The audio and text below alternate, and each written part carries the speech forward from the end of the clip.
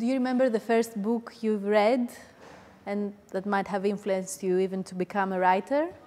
It's very strange. The first book I ever read was an Enid Blyton book.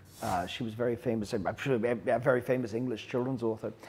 And I remember I read it phonetically because I'd begun learning to read in school, and I saw this book and I wanted to figure it out. And so the long words I pieced together bit by bit.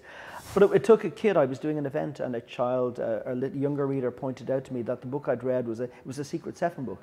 And he said, so the first book you read was a crime novel. And then I didn't read crime fiction for a very long time. I was fascinated by horror fiction and supernatural fiction, in part, oddly, because that's something Irish people have always written.